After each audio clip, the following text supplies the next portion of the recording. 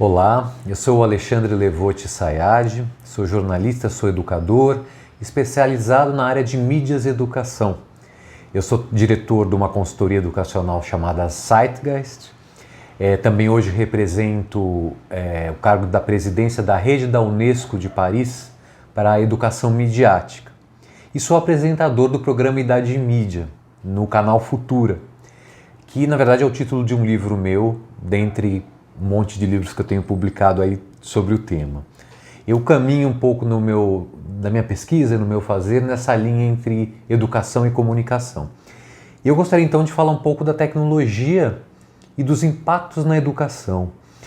Sempre que eu trago esse tema para conversar com pais ou com educadores, eu me lembro de um livro do Umberto Eco, aquele linguista italiano e escritor, que se chama Apocalípticos e Integrados, né? Ele falava que, no caso da cultura popular, você tinha uma leva de pessoas que apoiava a cultura popular, que era integrada à cultura popular, de intelectuais, e tinha os apocalípticos que achavam que a cultura popular iria acabar com a cultura formal.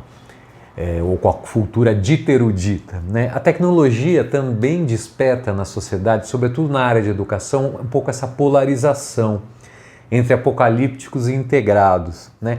E na verdade, eu parto do princípio que o Pierre Lévy, filósofo francês, professor da Sorbonne, coloca no seu livro Tecnologias da Inteligência, quer dizer, o primeiro passo para superar esse olhar polarizado é imaginar a tecnologia digital como uma tecnologia da inteligência e não como uma ferramenta, né? O mundo da educação muitas vezes tende a reduzir o digital à ferramenta, ao ferramental. E na verdade, o que o Pierre Lévy coloca e o que eu concordo muito é que é por meio da tecnologia digital que começa a se desenvolver lá pela década de 90 com mais popularidade, né, no século passado, é por meio dela que o ser humano começa a construir a linguagem, a inteligência e a se relacionar com o mundo. Pierre Lévy coloca inclusive que a oralidade marca uma forma de construção de pensamento e linguagem na história da humanidade. Depois a escrita marca uma segunda etapa e o digital ocupa a mesma importância, né, como uma tecnologia da inteligência propriamente. Se você considera o digital uma tecnologia da inteligência, você considera que não há como escapar dela. Ela é um fator um pouco do being in the world, como diria o Heidegger, né, do estar no mundo. O estar no mundo hoje passa pelo digital. Negar isso na educação é negar uma série de direitos e negar também, de certa maneira, o desenvolvimento de habilidades e competências, né? Vale lembrar que o Pierre Lévy, nos seus estudos, coloca que hoje em dia tudo existe simultaneamente, a oralidade, a escrita e o digital. Uma coisa não substituiu a outra. Mas a educação busca no digital, na minha opinião, na maioria das vezes, não com muito sucesso, mais a oportunidade e a redução do risco, né? Quer dizer, o risco é sempre colocado, o risco aqui eu trago um pouco como o campo ético do uso da tecnologia. Ele é colocado sempre de uma forma cautelosa e a busca pela oportunidade, pelo que o digital pode aproximar alunos de professores, personalizar a aprendizagem. Quer dizer, uma série de coisas é sempre, vamos dizer, o primeiro objetivo das políticas educativas. Mas eu não acho que todas elas vão no caminho correto, né? O campo da educação midiática, que é um campo que eu advogo, inclusive, dentro da Unesco, ele é um campo multidisciplinar, que eu acho muito interessante. Então ele bebe um pouco na fonte das neurociências, mas bebe nas ciências humanas, na comunicação, na educação. E ele aponta que a educação midiática é um caminho para você equalizar esse dilema da tecnologia no mundo educacional, né? Ou seja, você tem a oportunidade e tem o risco. Você tem que trabalhar o ponto de vista ético da interação, sobretudo de crianças e jovens.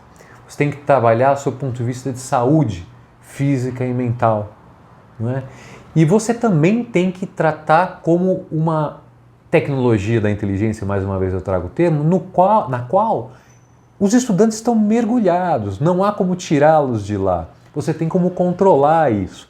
Mas negar o digital é algo absolutamente impossível hoje. Então, quando a gente passa a enxergar a tecnologia digital como cultura, a gente passa a assumir uma outra relação com ela.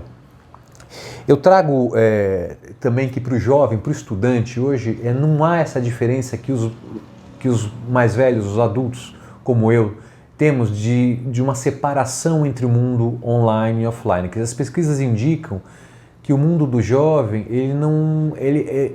puxando a liquidez, o estado líquido da modernidade do Bauman, quer dizer, para o jovem, o online e o offline estão misturados, é um mundo só. A ética é um valor a ser construída que vai transpassar, não é? vai cruzar esses dois mundos.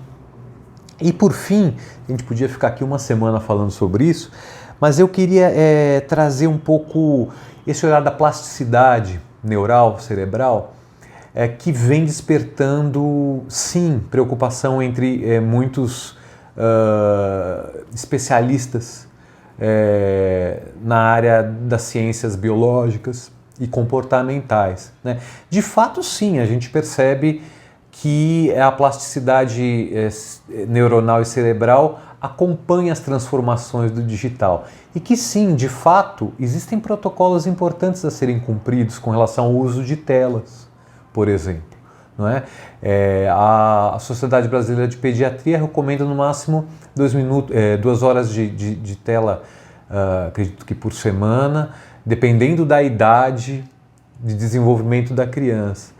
São questões que são complexas, tal qual a complexidade do mundo, e na minha posição de educador para a mídia e nos meus estudos, eu coloco que essas questões têm que ser encaradas e têm que ser desfibradas e estudadas, e não negadas. Quer dizer, ainda há uma corrente dentro da educação que coloca a questão do digital numa caixinha, esconde e finge que não existe. Esse eu acho o pior dos mundos. Debates como esse, do bônus e do ônus, do uso das tecnologias digitais na educação, que fazem, que nos dão o caminho da qualidade, nos dão o caminho de um mundo menos díspar, mais igual e, sobretudo, no acesso à educação, que é uma questão no Brasil, no acesso na permanência, que é uma questão muito séria no Brasil e passa também por isso. Obrigado, e eu sugiro para vocês aqui uma série de leituras e vídeos que tratam sobre o assunto. Até mais!